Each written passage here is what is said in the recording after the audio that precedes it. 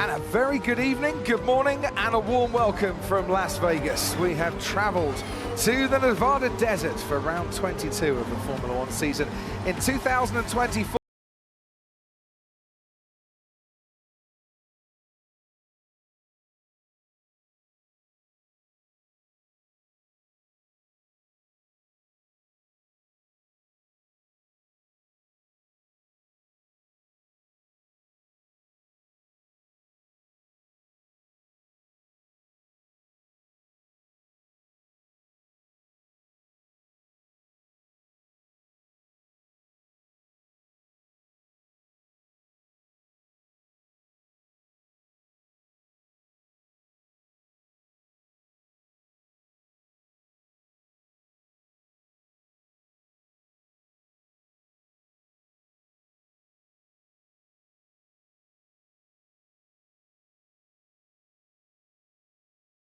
For 79% of the lap. Here are the tyres.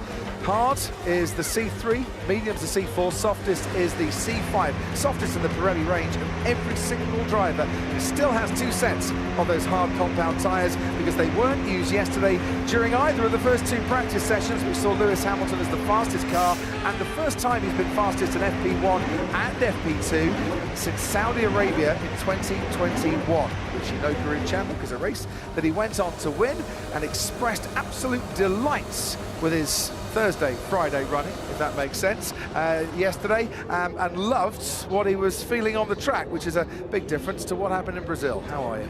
I'm great. I think Jenson Button's just arrived, and yeah, come on in. Come on in, Come on Jenson. in. Say hello to the camera.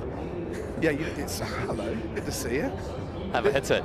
Yes, it Anyone is great to be here. This, ladies and gentlemen, we didn't. Jenson has literally sprinted from the outskirts of the paddock to our commentary box here. Hi. Hello. How is everyone? Great suit. Thank you very much. Yeah, great top. Seriously, I've gone sparkly. I've gone bling. You've gone corduroy. Yes, I've got style and I haven't. Well, I've got nothing to say to that. Should we talk about racing cars? Let's talk about Yes. what Karun was trying to, as you wanted to come in. Okay. That's fine. No, I think it's just great to see Lewis driving confidently, you know, especially off the back of Brazil, where he left there just on the floor, wasn't he? He sounded dejected, and it just sounded like he was kind of fed up with life. But it's been so nice to see him 2 sessions in a row, attacking the car, hustling the car, driving in a way that we are used to seeing Lewis Hamilton drive on his way to those, you know, over 100 victories. And yeah, let's see if it continues. I hope it does continue. But there has been a lot of changes, I'm sure, on the cars overnight as the teams whittle away and find the right setup. And down at Red Bull, Ted Kravitz, are they winging it or what? Hello Crofty, hello Karun, hello Jenson, hello everybody. Morning, well done for getting up. It's the same wing as it was yesterday, which is the same wing more or less as they ran in Monza. Whether it's got too much downforce, not enough downforce, they can win, they can't win, we'll wait and see. I think Max still got a great chance to wrap up the championship this weekend. But I was interested, as I was coming here, past a couple of Elvis impersonators, Crofty, which I'll tell you about in a second, about what Lewis Hamilton meant by that quote we ran at the beginning of the show when he said, "We'll see whether the car is the same tomorrow. Why shouldn't it be the same tomorrow? Why shouldn't it be behaving as well as it did yesterday as opposed to today? Well, we will find out. Lewis's Mercedes seems ready to go. George Russell has had to change a little electronic control box that's mounted in the centre of the front wing main plate, which is quite an interesting place to put it. Normally they put some lead weights in there, but they've just finished it. It must be some sort of load sensor for the front wing. Anyway, they are ready to go. We're all ready to go down here, and the Elvis impersonators I caught round the back of the paddock, Crofty, discussing how to stay warm on a cold night in Las Vegas. And I can tell you that their choice is those little warm hand pouches that you excite and then they stay warm. So if you ever wondered what's in the inside of those, what are those, rhinestone jackets that the Elvis impersonators use? They're little hand warmers that you might have on a cold day back in the UK. There were many of them. They weren't feeling lonesome tonight. Did you stop for a while and indulge in a little less conversation or what? Excellent work. But nothing says... I would love to see Ted dancing with the Elvis. Nothing says that would Las be viral, Vegas. Ted. Yeah, nothing says Las Vegas more than a backstage chat between two Elvis impersonators. I think one of them's got a birthday party in Reno next week that he's got to go to. Yeah. So, birthday party in Reno. Yeah. We're available if you want. No, we're not. We're in Qatar. Thanks, Ted. Ted and the Elvis impersonators. Now there's a notebook for later on. Why are you shaking your head? I just can't wait for this notebook. I can't. Well, I don't know how many Elvis impersonators I've seen this weekend, but it's a lot. It's a lot. Yes. Walk down the strip. There are various Elvises. One of which was in his own little motorised scooter that I saw earlier on today. There are stars, there are celebrities, there are impersonators, there are drivers throughout the Las Vegas Boulevard area. There's Valtteri Bottas with his Vegas tribute helmets for the weekend. Can I ask you a question as a Elvis expert? I'm also an Elvis expert. Are they a collective group of Elvises or Elvi? Yes, I was thinking that when you said Elvises. I think the collective noun is a heart of Elvises, and they are Elvises. Are they? Yeah, they're not Elvi. That's just... Well, there is only one. No, there isn't, Jeff. There's many. But there is only one real. There is many. There's only one Checo Perez. That's the band was playing on the strip when I went down to the strip a couple of nights ago as well. And straight away, getting a little bit squirrely, coming out of the right-hander. Big weekend for Checo Perez, who, like his teammate Max Verstappen, yes, they didn't get a proper lap in on the soft compound tyres, so we don't actually know the true competitive one-lap pace of the Red Bull as yet. No, we don't, and I think in general the one-lap pace, you know, today is a much more representative day. Track's going to clean up much more through the session in the build-up qualifying, and that makes it more representative of what we see in qualifying. But on the long runs, they looked a bit behind. They looked a couple tenths shy of Ferrari, who looked like the pace setter, McLaren there or thereabouts, and Red Bull looked a little bit shy, along with sort of Mercedes in between them there. What were they, 7 kilometres an hour down on the straights? I think Red Bull, through the speed trap. Well, there's a lot of chat about that wing, isn't it? Yeah. That they're just too draggy, and Ted mentioned there is what they had in Monza. If we think back, Monza was their least competitive weekend, really, in terms of Max Verstappen's pace. Yeah, I guess it's not. Monza is very extreme in terms of how low downforce you would want, right? But here, a higher downforce car should still work reasonably well. There's a lot of sort of high speed and heavy braking zones. Well, Red Bull for years, the Sebastian Vettel years, went to Monza with a higher downforce package than anyone else, and where they lost on the straights, they certainly gained in the braking zone. You win with higher downforce. Yeah, I actually want to go downforce in Monza, but we had the F-duct. F-duct, that was it. So you had to basically put your arm over a hole in the side of the cockpit, and it disrupted the air flow to the rear wing, so you still had reasonable straight line speed. Yeah, when you used to have to drive one-handed down the straights. It wasn't the safest, but but it was good, and we didn't win though. Ferrari beat us with Fernando Alonso. But anyway. So, out on track at the moment, Zhou Guanyu and Sergio Perez, who's just radioed in to say the track is absolutely nowhere at the moment. Lewis Hamilton and Lance Stroll and Fernando Alonso. When all 20 are out on the track, you might want to ride on board with one of the drivers, and of course you can do so. All the onboards are available for you. There's a QR code that you can use to help you log in with your Sky Sports login. If you are watching on Sky Q, Sky Stream or Sky Glass, or even now, you can use your interactive button on your remote control.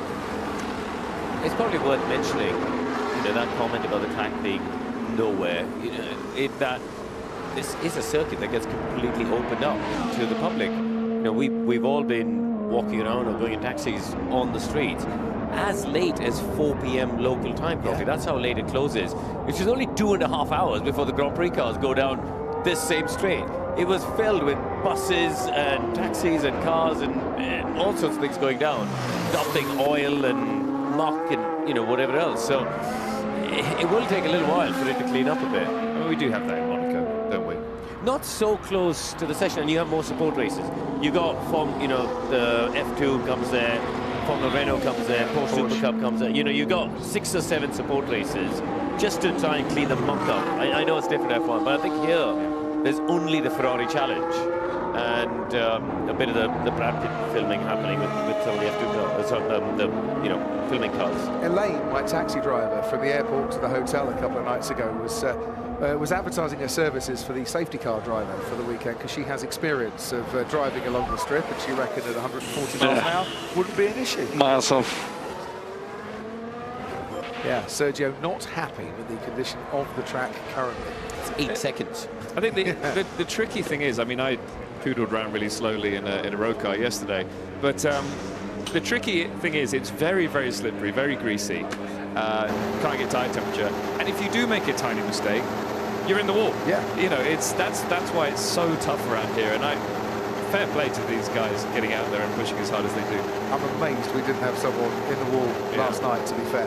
Ted Kravitz, let's head down to you again. So plenty of cars doing a bit of sweeping, particularly both Mercedes doing a bit of sweeping for everybody else.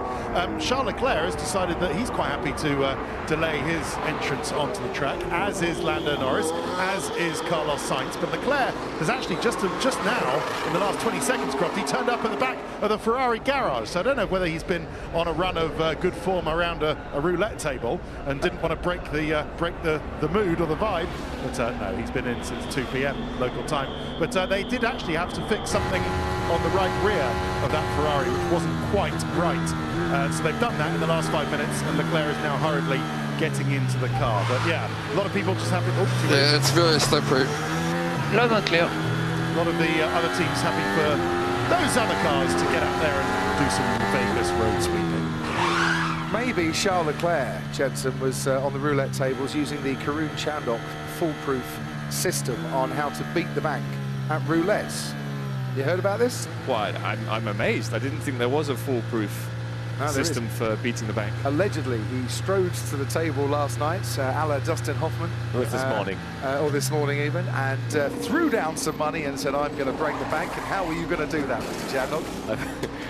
I put down $10 on red and 10 on black. I hedged my bet. Because he was always going to win. And then I got shouted at by one of our Sky colleagues who said that was a stupid idea and maybe consolidate on what turned out to be the wrong one. So actually, my strategy would have been fine. I would have won at least hang on one of them. But you don't break the bank because you end up with the same. You're not going to break the bank on $20 anyway. No, but you've got to start somewhere. What, and if putting it it on comes one up green, colour? if it comes up green, you've lost it all. Yeah, but it didn't. So you're still not. Yeah, it's still not a positive putting it on red and black because it still could be green. Yes. So the bank still. As it turned out, I lost. Right? I lost. Not that we're gamblers anyway. Not that we're gamblers anyway. No, but basically, it's a safety message to everyone out there. Do not follow Karun Chandhok and his foolproof method. Coming into the pits, George Russell, and that's a good time to talk about the lines that have been painted overnight, Karun and Jensen, to help the drivers find their way into the pits. Yeah, it's much better. The visibility was terrible yesterday. I think when you're in traffic as well in the race, you need good visibility, and it looks good now. So, tell you what, you'd be very cold in those grandstands, wouldn't you? I hope those kids have got some blankets, a few more layers. Sellout for tomorrow night, by the way. Great. The tickets have all sold out for tomorrow night, which is absolutely superb. A lot of tickets sold late for this one, but I think that's what happens. Yeah. There's probably just people here in Vegas and like, there's an F1 race on. Go to the Grand Prix. Yeah. Why not? There's Fernando Alonso coming into the pits, and you can see that line there. A lot easier for the drivers. He too has a special tribute helmet for this weekend. Not sure there are many drivers who haven't got a special tribute helmet. I know it's a special tribute helmet, but Can you enlighten me on how? No, Okay. no, but it's different to his normal one. It matches the, you know, the fans they've got for the air dogs, for the brakes, and the colour of his car. And I think it's a tie-in with Aston Martin sponsors as well. Okay. He proudly unveiled it. It's not proper Vegas. I like Liam Lawson's with the playing cards on there. That's pretty good. In fact, Liam Lawson, I was having a chat to Liam Lawson before I came to the commentary box, and he was saying how cold it is inside his crash helmet and how he can feel the cold air coming through, and it really is a bit chilly for the drivers out there. We heard a couple of drivers in FP2, didn't we, saying, "Oh, you've forgotten to block up the air vents on the way into my helmet," so they're getting a lot of cold air in. They probably were never blocked up, but it just feels very different for them out there in 6 degrees, which it was last night. 6 degrees. Not the coldest we've ever been at a Formula One track. That'll be the 1978 Canadian Grand Prix when it got down to 5 degrees. Meanwhile at McLaren, it's Ted. I've just spotted something. So while we've got some track sweeping going on, I just spotted something I wanted to show you. And look at these spots on the top flap of the McLaren front wing. They're to measure the flexion, of course, of that front wing top flap element. Such has been an area of technical debate throughout the last few races, hasn't it, Crofty? And I know we're looking at a Toro Rosso front wing now. But it's that, I've never seen the spots on it, which obviously is performing the same function as the spots on the rear wing, so that the FIA or the McLaren team themselves can put a camera on the either side of the nose cone and actually measure. Well, they wouldn't. That camera on the nose cone wouldn't be able to see it, would it? It would have to be a camera looking back at it the other way to measure those the flexion from those orange dots. If we have a look, and I've checked, it's not a current thing, a common theme amongst other cars. We checked next door at Aston Martin. There are no dots on their front wing flap.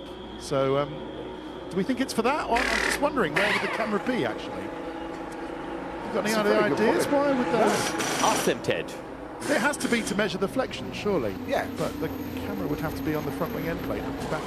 Anyway, it's not on anyone else's front wing, but it is on the McLaren, and that has been a subject of attention in that area. Well, it seems like a few races ago now, doesn't it? Yeah, quite a while absolutely. ago. I'll tell you what's going on track at the moment, Ted. This is quite interesting with the race in mind.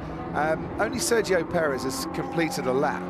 Lots of cars are going out, doing one lap, coming back in again, using up some hard compound tyres. What's going on, boys? I think they're scrubbing the tyres, preparing them for the race. I think they're doing one lap, maybe once past the pits or something, in a gentle way, just to take the top surf, you know, because in these cold temperatures, if you got to put a set of the soft tyres on, when they're brand new with that shiny top surf, I think warm-up's going to be an issue on the hard tyre anyway in the race. And maybe the teams think just by curing it a little bit, just taking the top edge off it. And we see teams like Aston, and actually RB have done it on a couple of occasions on colder tracks as well. They think it's just going to help the initial warm-up in the race. It's funny how different teams think when it comes to scrubbing, because I've always been told, especially in a circuit that's this dirty, you wouldn't want to drive on a race set of tyres because it's going to damage the tyre. Another thing is, it doesn't look like they're driving at a set speed. So normally if you put too much heat into the tyre, it goes through a heat cycle and it's a negative effect. Even though you've taken the top layer off, which is nicer, you've had a negative effect. So normally they give you like a temperature range of how slow to drive. That's what we even get in WEC. So it's surprising to see them actually pushing quite hard out there on that tyre. I'm going to send Ted down to Alpine. He's going to investigate what's happening with Pierre Gasly's car. We have got about 13 and a bit minutes gone so far, and only Sergio Perez has a time on the board, and only Yuki Tsunoda is out on the track currently.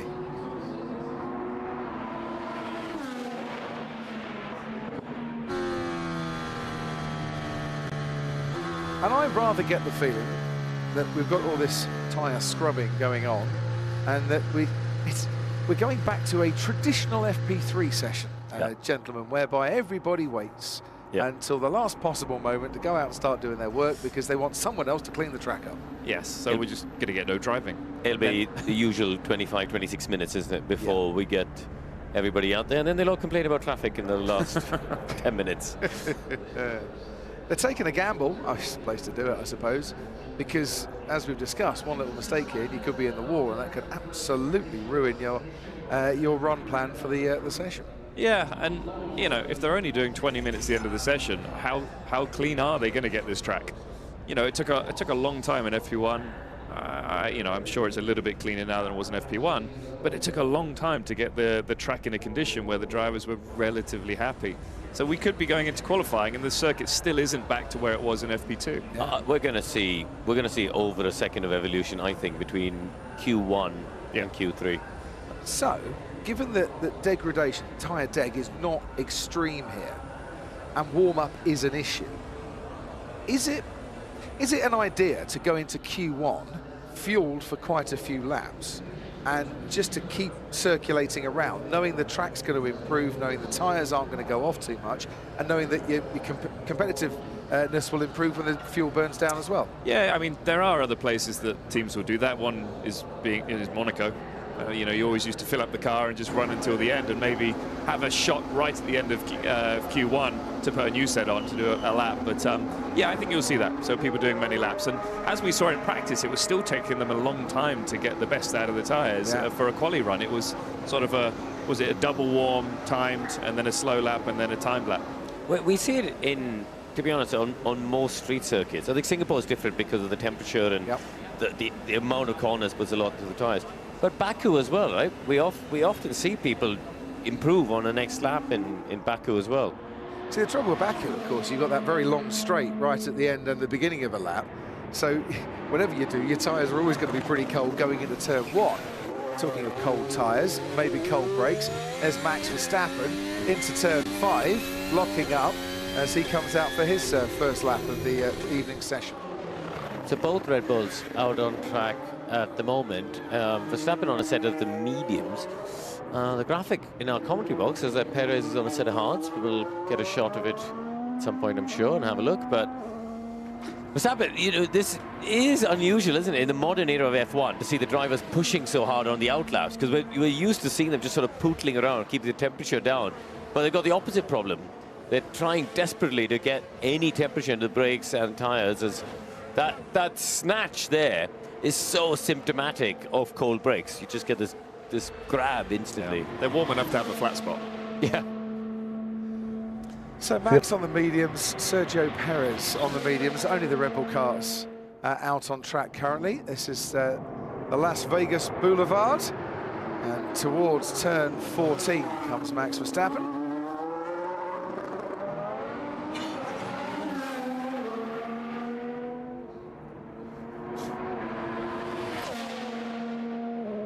Started on the front row, came on to win the race last year. Max Verstappen currently out on track, and a lock up there on his out lap for his first lap of the evening. He's carrying on though to start a push lap now. Karun. Yeah, he's went wide at turn 1. It's just, you know, the tyre temperature is just not there. And one of the things, Crawford, one of the signs we get that the drivers are not comfortable, not confident with the grip level, is the margin they leave to the walls, even on entry to the corners. Because what happens is when you don't have temperature and low grip, the car's sort of floating. You get this weird floaty feeling on the top surface of the tyre. So you don't actually know where the limit is of the slip. You know, when the car starts to slide, you don't know how much you can lean on it because it's just unpredictable and floating along. And so we see the drivers, particularly, I think in the first half of the lap, till the temperature builds, leave a bigger and bigger margin to the walls. Under braking for 14 is an interesting one. They're leaving quite a bit of width, almost a car's width to the wall on the right-hand side. As he comes through 12, looking rearward, back. Such a delay between on at the apex and on throttle there. I think he's backed off though, because on the way in he had lifted before he hit the brakes into turn 11. Yeah, but yesterday I was watching on the race runs. I guess you were here with us in FP2, but a lot of them are doing that just in a way to settle the car on the way into that where you're braking and turning. Because again, there's just no grip. They're not able to brake and turn in the way they want. He might have gone deep in 14 there because he took a long time to get back to throttle. And we're not used to hearing that, are we? No, exactly. It's bang, brakes, and then you're immediately back to throttle.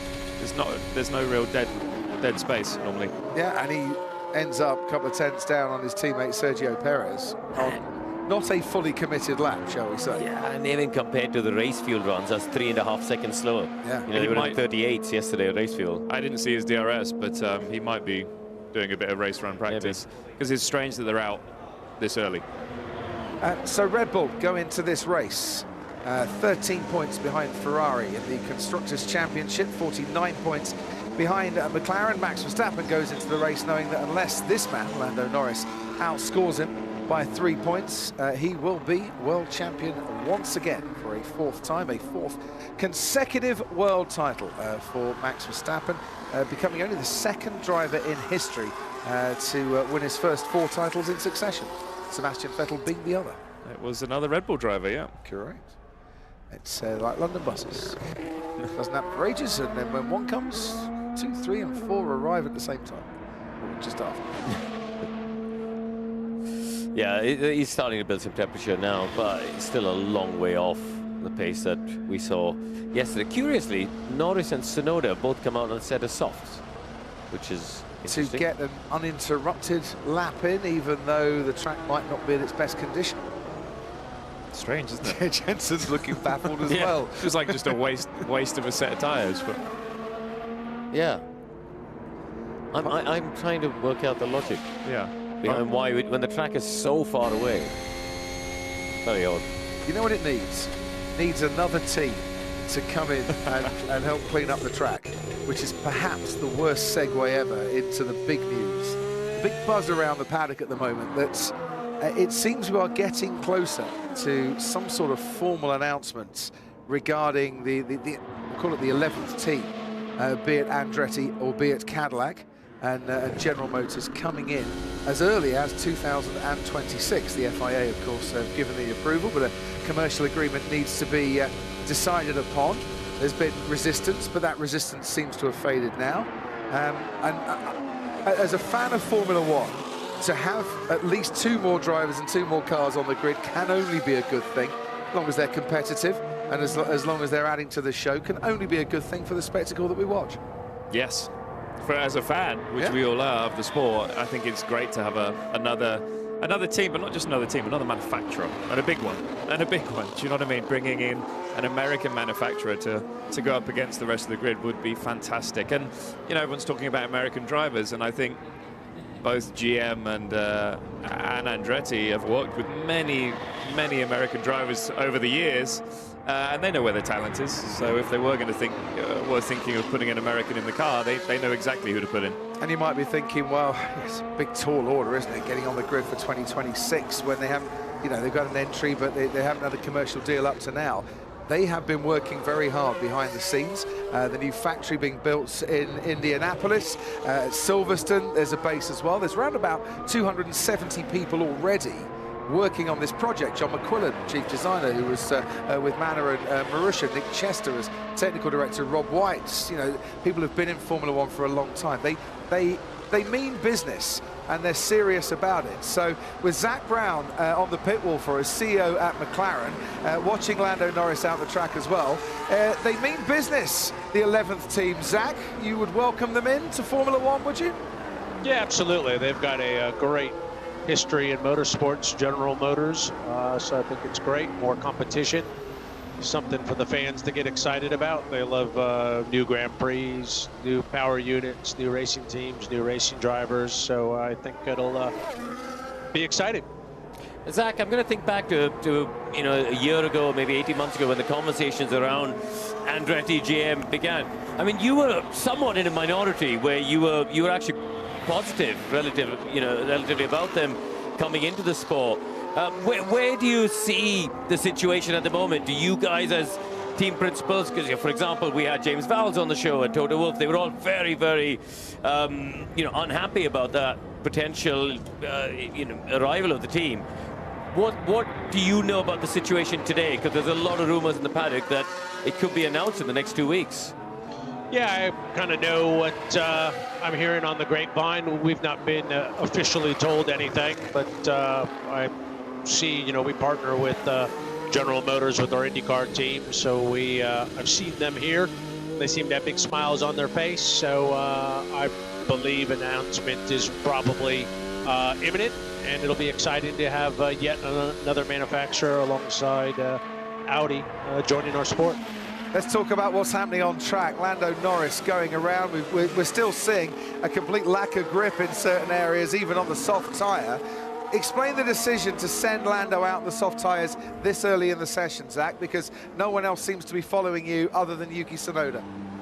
Yeah, we just wanted to get some clean laps in, maybe do a little bit of a longer run, see how the tires hold up. So, yeah, sometimes you strategically figure out when to go out, maximize, but we got a couple sets of soft tires, so our performance run will come a little bit later on. Hey, Zach, it's Jensen. Just stepping back and talking about the 11th team. We've seen the sport grow dramatically here in the States, which is great. But do you think the next step for growth is having the 11th team coming in, you know, an American OEM? And does that help you all? Does that help all the teams up and down the grid? I think it does. Also, we need to remember that Ford is coming in. So you actually have two U.S. manufacturers, which is great. They'll bring a lot of awareness to the sport, hopefully some sponsorship, and invest in the sport. It'd be great to see an American driver once again. I think that'll take some time, but yeah, you know, in between the demand we have for more Grand Prix, more racing teams, of course, every driver dreams of being in Formula One. Front left is that, and I think And just before you go, Zach, overnight, changes to the car, what have you had to do? Where are the areas you think you need to improve on from yesterday?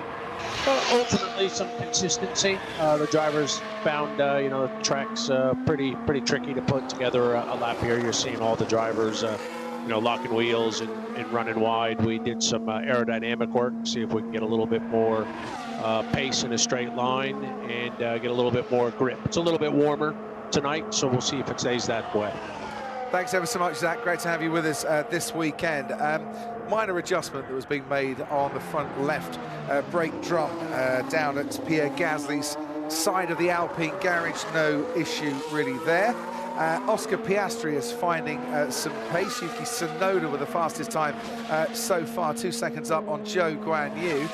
But Oscar Piastri, I think, is about to go to the top of the timing charts when he's negotiated the next few corners. This is Lando Norris with a 1:36.8, but behind him his teammate going significantly faster through the first couple of sectors, and we can ride on board with him now. This is a very Oscar Piastri sort of FP3, isn't it? And this is something that's really impressed me about Oscar in these 2 seasons we've seen Crofty, which is he builds up to it. You know, we saw it in weekends before. He's gone to top times 35.7. He's often sort of anonymous on a Friday, and initially I think a lot of people thought, well, he's just looking at Lando's data and learning. And I remember having a conversation with him and Mark Webber about it. It's like, you know, he's very conscious actually of the fact that it doesn't actually matter what the lap time is until Q3, as long as you get to Q3, obviously. And, you know, I think that there have been races, haven't they, where Brazil, you know, took that sprint quali pole right at the end, because he knew that's when it mattered. You have to do it at those key points. And Mexico as well, you know, he was sort of, I think he made that mistake in quali, but we saw an FP3. Yeah. He was nowhere in Friday, and then he did it when it mattered. So, yeah, it's been a very impressive sort of mature approach from him. Yeah, it's very difficult for someone of his age to not just want to give 100% every single lap he's out there. But in terms of setup work, just being consistent through your runs, it's not a nice feeling that when you see a car when you're coming at that speed. No, it's Fernando Alonso just in front of Lewis Hamilton, who's eventually going to get past him, but certainly got held up through turn 12. This must feel like an absolute eternity for a Formula One driver, because when the DRS goes on, you've still got a long way of the Las Vegas Boulevard still to go. And then you got to pick your braking point, and the braking markers at that speed seem very small. It is just about the same in terms of full throttle time as Baku, isn't it? I think it's about the same. It's like within a few meters. 1.9 kilometers, yeah, which is roughly the same from Baku, the apex of 16 to the braking of turn 1. Is it me riding on board with Lewis Hamilton there? Did you just get a feeling of Bambi on ice at times? Yeah, that whatever he was doing with the steering wheel, there wasn't much friction in terms of the tyres on the track. Yeah, Yeah, it's a strange feeling. Definitely takes away a bit of confidence, but you know, I think we're lucky with the way this surface is. Here's that moment again behind Fernando Alonso. Oh no, this is later. Yeah, no, this is later on in the lap. That's an RB of Yuki Tsunoda. Just cruising round. Obviously didn't know Lewis was on a quick one. If he was, yeah. Yep.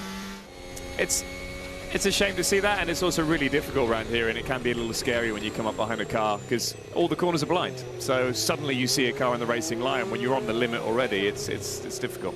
Max Verstappen at turn 5, yet again having an issue. I think while we were watching that replay, it happened again. And we saw it in his outlap down at turn 5. It seems to be that one corner seems to be causing Max a heap of problems. Yeah. Yeah. I think the Ferrari looked very good on traction there. Surprising at this point in the session. But he's only green at the moment, but he is very early in his run.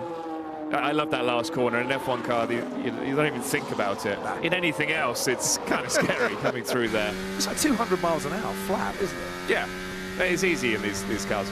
I mean, there isn't really a high-speed corner here because they're all flat. Look. Yeah. Flat, flat, and then this is tricky, though, because you're braking on the bumps, laterally loaded for the low-speed corner. It's a tough one, that one. Front and rear locking. That was nice by George Russell. Certainly looked nice. He's gone purple through the first sector. Kevin Magnussen's gone quickest. 8/100ths of a second between himself and Charles Leclerc. Oscar Piastri. It's only getting worse. The car's undrivable. Yeah, just a couple more laps, please, Max. Let's try to make the best of this. They need the data, and they need to try and find how the car is handling lap to lap to lap to try and make some changes either during this session with just under 29 minutes to go, or in between and before qualifying. George Russell through the final corner has picked up a nice little toe, I think, to go second fastest. George Russell behind Sergio Perez, the guy that was giving him a bit of a slipstream. It's staggering how quickly these cars get up to 200 miles an hour, isn't it? Just a bit. And then drag kicks in, but here's the moment with Max. This was the third one, wasn't it? It didn't even lock up that time. Just knew it was coming. Yeah. But it's interesting. They're the only two cars on the mediums at the moment. Only Perez and Max are there, and yeah, he's now had 2 laps in a row where we haven't got a representative lap time. So it's clearly a struggle, isn't it? And that's why, you know, it must feel horrendous for him. So Colapinto behind Gasly, who was getting a bit compromised himself. Is that Russell? Behind George Russell. And it went onwards towards turn 1 where he went a bit too wide.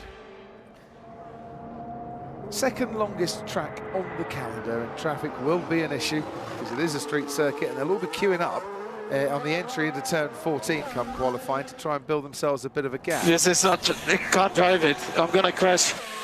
My left front is completely. Please, box.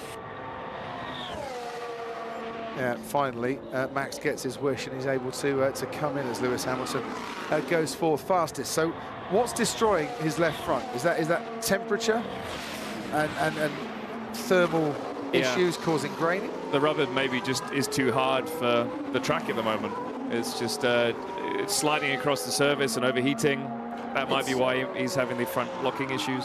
It's really odd that he's talking about the front left, isn't it? Because just look, you look at the track map, and you only got one real left-hand corner. Or maybe the right-hand corner. Maybe it's not getting temperature then. Yeah. So I just wonder if he's getting the cold graining on it. It's just not. It's too cold. US team Haas 1 and 2 at the moment. Yeah. Nico Hülkenberg and Kevin Magnussen as they enter the final 3 races as teammates, and Kevin Magnussen enters the final 3 races, I would imagine, of his Formula 1 career. Although his teammate has proven that you can leave and come back again and be very much in demand for future years. You see Leclerc bouncing off that curb there, fastest of anyone in the first 2 sectors, but really clouted the curb at 15. I don't know if that's cost him. So yeah, it's cost him time there. So it's not even a personal best final sector. So lots of potential still in that Ferrari. Magnussen's up. Magnussen is on it. Just to go back to our chat about Max Verstappen, just for those that might not understand the concept of cold graining. Yep. Try and simplify it for us, please, sir. Yeah, essentially, if the tire's too cold, if you haven't got enough temperature on the top surface, in particular of the tire, it's such a shred. You get these sort of ripple effects across the top, and it peels. Think of I'm trying to think of what is an analogy of something that peels in that way, but it just sort of, you get just soft cheese. Think of a ball of mozzarella cheese, nice and shiny on the outside. Cut it down the middle, and it's what, bobbling. Yeah, but it's almost like you get a grater. Yeah. It's about getting a grater running across the top. So it's more on the top of a cheddar. It's like a medium. Like a medium. Yeah, not like a soft cheese. Like a medium. I soft wouldn't put a grater cheese on a soft cheese. No, that's what I mean. It's on a. It's, you know, you're not talking about like a rock hard Comte. You're talking about, you know, You've basically, Jens, got to handle on a room temperature cheddar. You've just got to handle it very carefully. Yeah. Edam. So you didn't get the cheese gag there, No, did you? because it's a soft handle it cheese. carefully. The carefully, yeah. Oh, no, it's a terrible gag about the wrong cheese. It's the wrong cheese. You've gone to the other end of the range here. I know, but it doesn't have to be accurate to be funny. You know that. George Russell goes third fastest. Cheese chat, ladies and gentlemen. Back in the UK, if anything was going to keep you awake, it just gone 3 o'clock in the morning. It's cheese chat. I should bring Ted in. Ted loves a cheese chat. Well, nobody loves a cheese plate as much as you, Crofty. We all know this. More worryingly, though, and away from the cheese, what a Red Bull do to try and get some temperature to stop this cold graining? Well, they first of all need to see if the soft tyre works. Because it might be just that they're running on the wrong tyre at this moment in time when the circuit's not gripping. The tyre is just sliding across the surface. And it can be even in the high-speed corners that aren't really high-speed corners because they're easy flat. You're just putting too much load through that tyre when it's not ready to take it. You know, they'll normally be told when they start a timed lap whether the tyres are in a working range or not. Otherwise, it destroys it, and that's probably what's happening. They all drive with temperatures on the dashboard nowadays as well, doesn't it? So they can see, as Hamilton now, you can see he's doing more and more laps on this same set of tyre, and the lap time's coming. The track's cleaning up, and the lap time's coming. Well, Kevin Magnussen proved that by going faster as well, to go 2 tenths up on Charles Leclerc. Here comes Nico Hülkenberg, and this is his best lap as well. Well, it was for the first 2/3, and then lost a bit of time in the final sector. Hamilton honestly hustling his way out of that chicane. But this shows the confidence building, because you wouldn't do that when the track is super dirty and low grip. This is both scary and great to watch as Hamilton goes fastest by 3 tenths. Because honestly, you wince as he goes through some of the corners, because it's quite clear that the front end grip just isn't there. But yet he is picking a line, and he is finding his way through and attacking at the same time. We are also jumping in there where he's halfway through the corner already, so it's always going to be a shock to the system when you see it. But he's still 7 tenths slower than the pace from yesterday, so the track's still, you know, not quite there from where we had it in FP2. Very true. Ted Kravitz at Haas. Yeah, it's just really hard, isn't it, to get a proper read on what is going on. I mean, they're loving it down at Haas, thinking that, knowing that that car historically, even before they made it, Valtteri Bottas has just, Zhou Guanyu has just left the, did you see that? No, we didn't. We were watching some people watching from the pod seats. Zhou Guanyu's just done a burnout from the pits, as Kevin Magnussen has done, just to lay some rubber, because these pit boxes for tomorrow's race are really, really dusty, and Zhou just got a right tank slapper on and actually knocked over one of the cones that Sauber had put out for him to stay away from. But yeah, they're liking it down at Haas. Even though this car is easier on its tyres, there you go. Same bloke again, 2 days in a row. Yeah, nice ecosystem. Valtteri or Zhou? Zhou. And I don't want to pick on George Russell here. If you've never ever held up anyone accidentally in your entire life before, say that on the radio. But come on, George, you know it happens. I don't understand why that's needed. Yeah, but Crofty, it's adrenaline as well. Yeah, frustration, adrenaline. It happens. Yeah. In your 3-lap career as a Grand Prix car, I don't think you had traffic. That's fair enough. I think Zhou was just sort of pulling it all back together. He'd just been off the track, hadn't he? Exactly. So he was probably finding his feet again. His race engineer doesn't need to join in because he hasn't got the adrenaline. That's true. So anyway, Ted, carry on. Ted?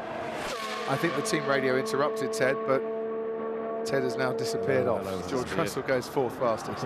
Hello, I'm always hello, Ted. Come back in. I'm always here. Always here. Right, yes, Haas do think that they can make the top 10 potentially with both cars.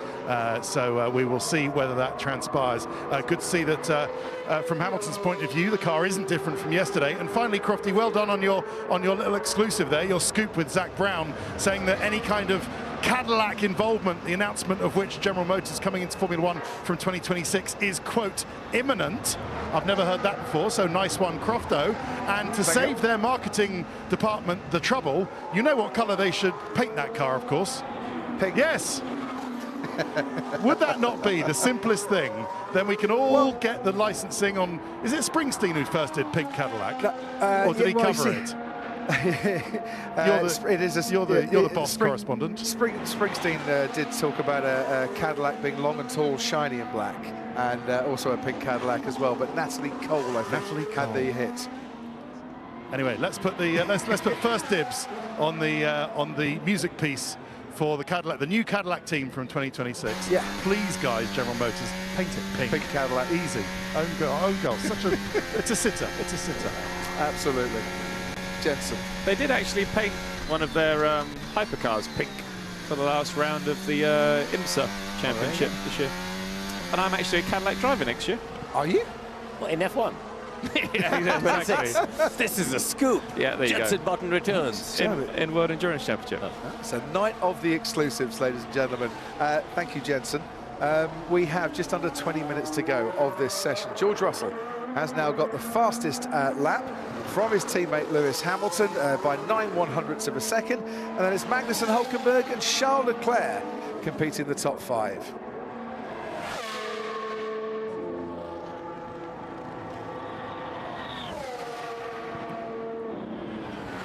Hamilton goes fastest overall by a 1/10 of a second. You know, that car is still buried into the ground, isn't it? It does look like it's touching more than yesterday, doesn't it? Yeah.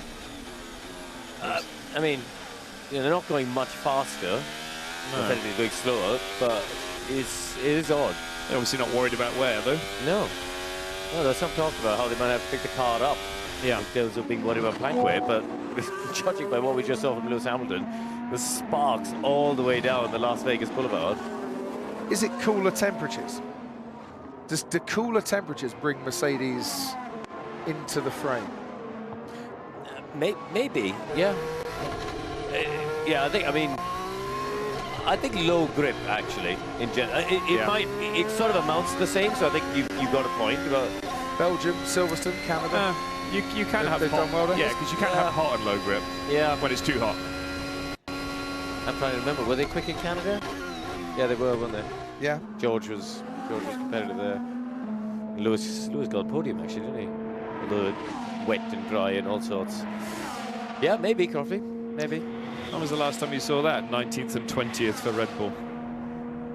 Quite a long time ago. I mean, as good as my stats are, they're not that detailed. But I tell you what, they're leaving it late here. They're still in the pit, 17 minutes to go. If we had a red flag, they're not going to get a lot of laps.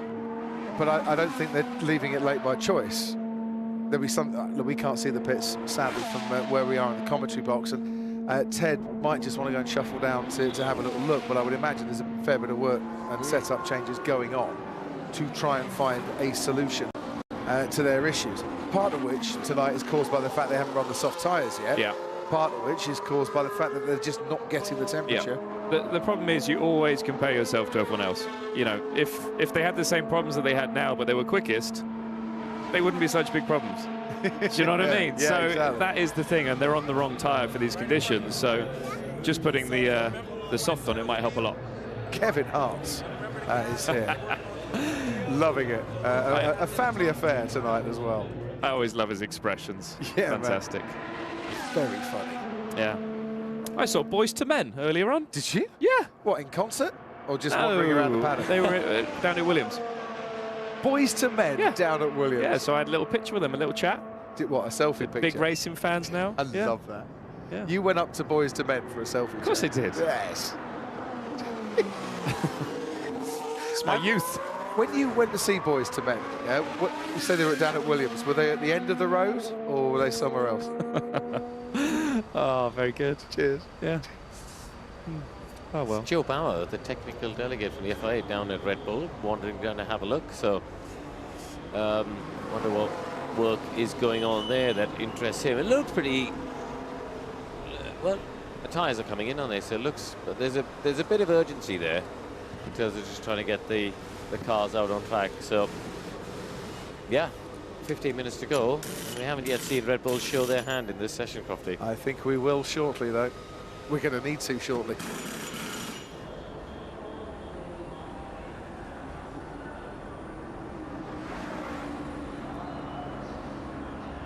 "15 minutes to go this session. It's Mercedes 1 and 2, Ferrari 3rd with Carlos Sainz. Ted Kravitz down in the pit lane. Ted, I know you're down at Red Bull. Before you give us some news, I've had I'm still going to call it tweet, I don't care what it's called these days, from Ryan Peterson. He says, Crofty, I'm currently in Guam as a defence contractor.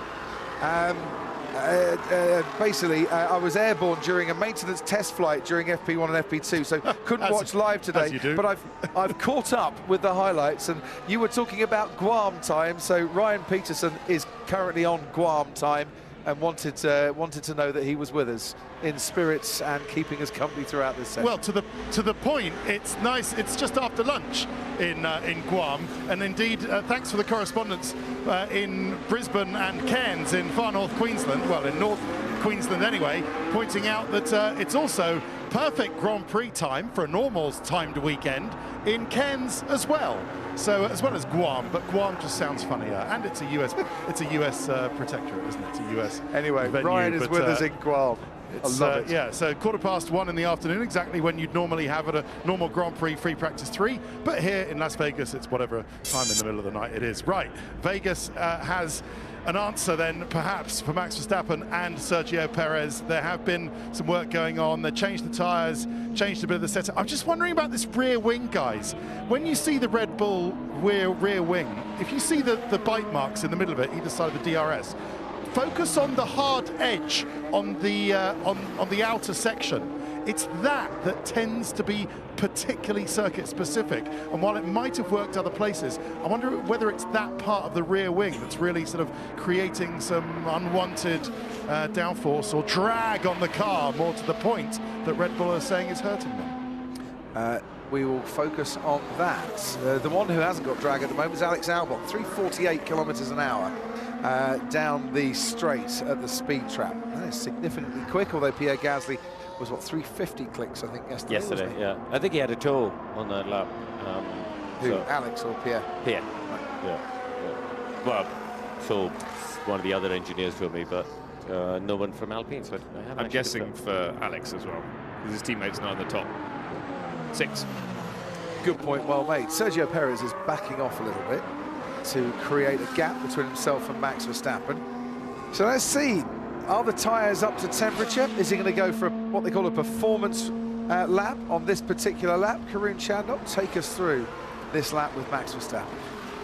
See, as he heads down to turn 1, this is where we saw him really struggling, running wide on a set of mediums, able to keep a much better line there. And that'll already give him the first indication, the first cue in terms of where the grip is on this particular type of tyre and this set of tyre on this lap. So heads off down towards turn 5. Russell, you can see in the top left in the picture-in-picture, and he's going to be heading down Las Vegas Boulevard, you see from the high helicopter shot around at the big red dot. I thought, Crofty, by the way, that they were not going to make the sphere. Verstappen, has he aborted the lap? Yeah, he's aborted.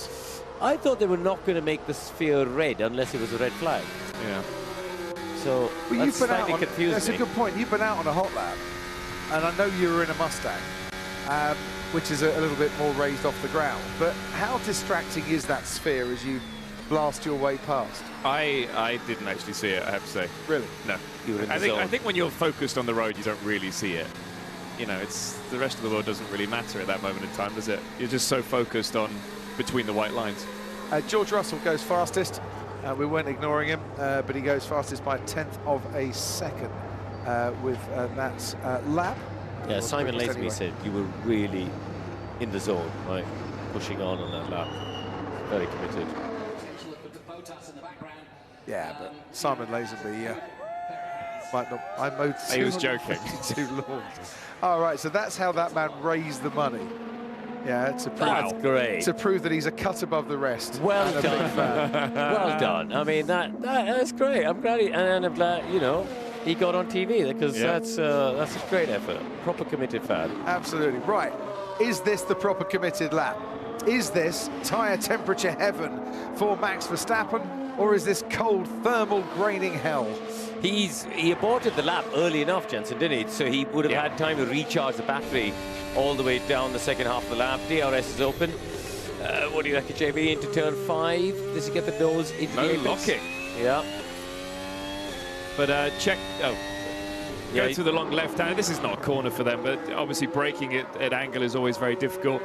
Little quick chicane. Try and keep it to the right as much as you can, because you've got this left-hander which takes you under a pretty long straight. His first sector is good, though. Only, 26.4.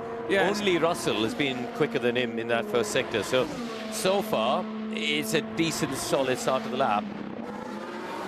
But the middle sector, this long straight, I'll be interested to see the speed trap figures, actually. So, do you see that? It was just, it looked like he just scraped the barrier there. But he's up in the first 2 sectors. But sector 3 is where they were losing, because you can see the odd-shaped wing they've got. This is what we saw, this unique rear wing, or the sort of, rolling hills, shall we call it, in the way it looks.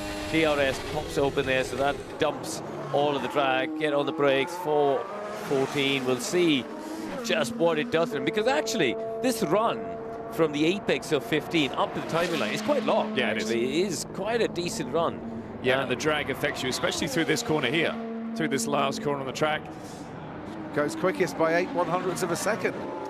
I have to say that's impressive, because that's the first fast lap he's done. And what was he in the speed trap, Karun? 3 kilometers slower than what we saw from Russell, and he didn't have a slipstream. He had nobody ahead of him there, Max, so that's a pure speed. And 3K, that's not too bad. If you're going to pick up downforce around a lot of the lap, you can afford to give away 3 kilometers an hour and still be a contender for pole. So, 2 warm-up laps on the soft tyre, the Red Bulls in the ballpark. Yeah. And in the fray, potentially. Alex Albon goes 4th fastest. A good lap from him as well, just under 3/10 off the pace. Here comes George Russell. See how bumpy the track is in parts, especially on that approach into turn 12. I think it just shows you, if you get a good lap, if you get your lap together, you can be up there, and it obviously the car is making a difference, but I think there's a lot of people that have the opportunity to be in sort of the top 5. Carlos Sainz goes quickest. Now, Max Verstappen on the radio saying that felt miles better. It felt miles better. Much better. And that's good to hear from a Red Bull and a Max Verstappen perspective there. But it is worth pointing out, since that lap, Albon improved quite significantly. Carlos Sainz has improved significantly. George Russell is going to improve once again, goes quickest by 3.5 tenths, which is starting to put that Verstappen lap a little bit more into perspective. Well, we'll see when Verstappen gets his second lap. Yeah. So, it's difficult at the moment, isn't it? But half a second between Russell and Verstappen, that does seem like a lot. Piastri now up to P2. Yeah. And Lando Norris, P4, not quite breaking into the 1 minute 33s. And this is exactly what it's going to be like in qualifying.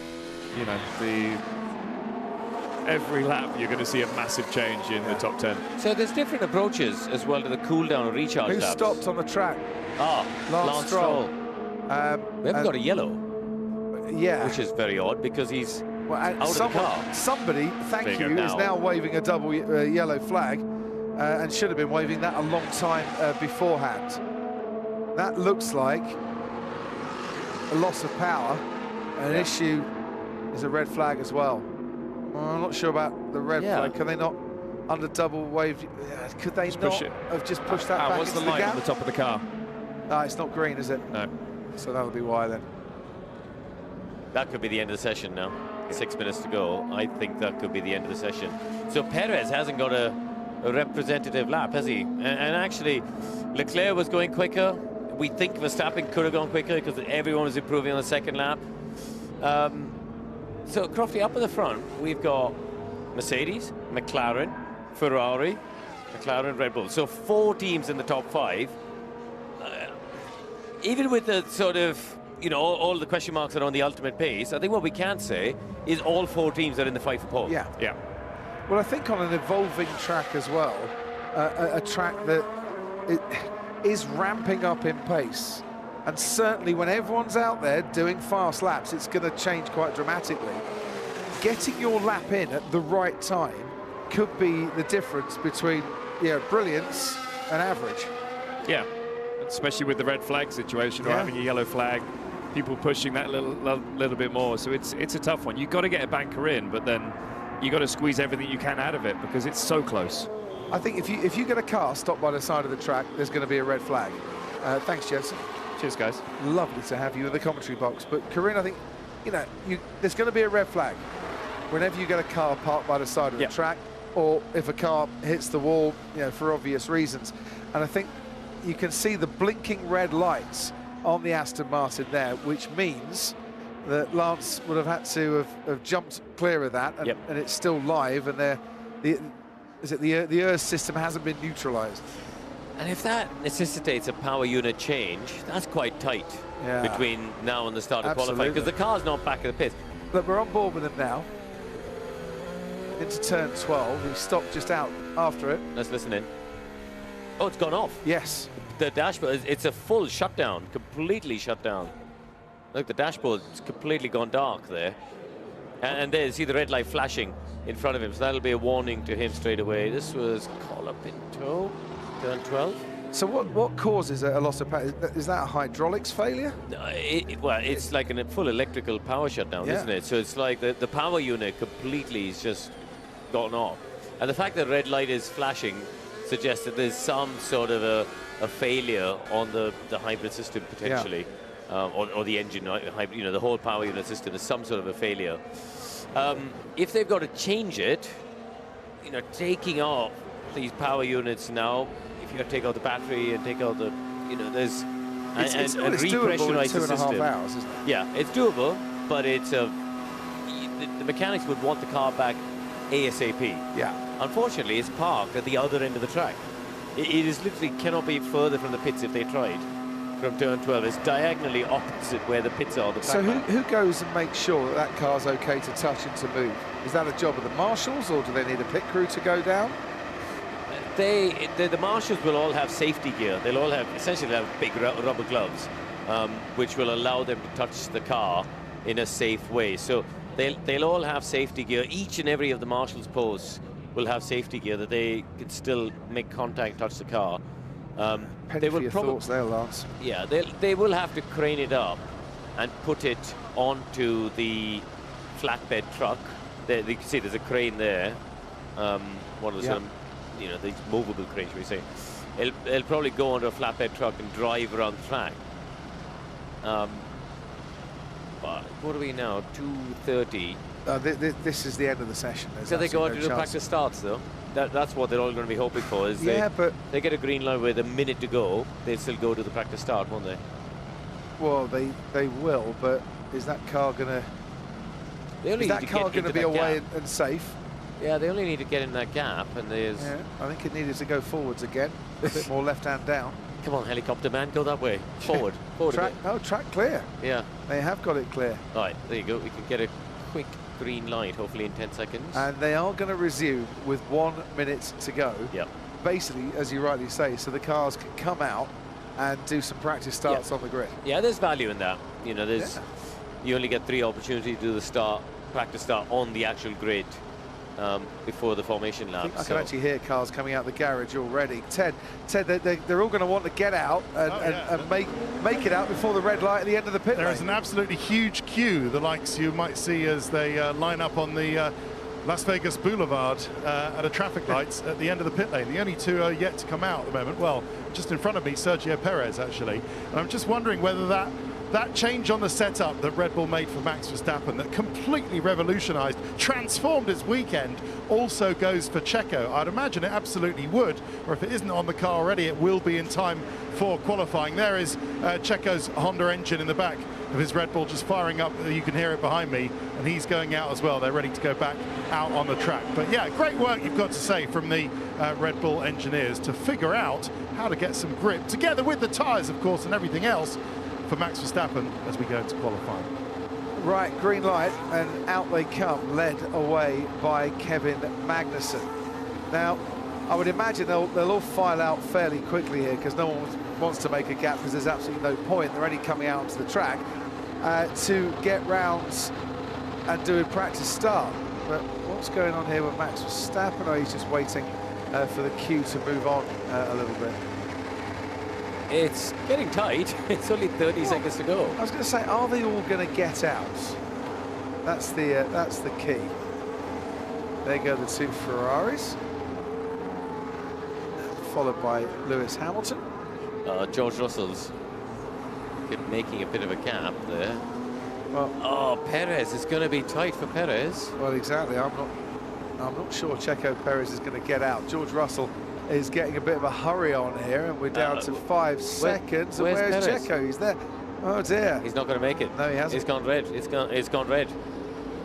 I'm not quite sure why Sergio was leaving so much of a gap, waiting for so long to get out. That looks like it does look like he got caught napping a bit there. Yeah.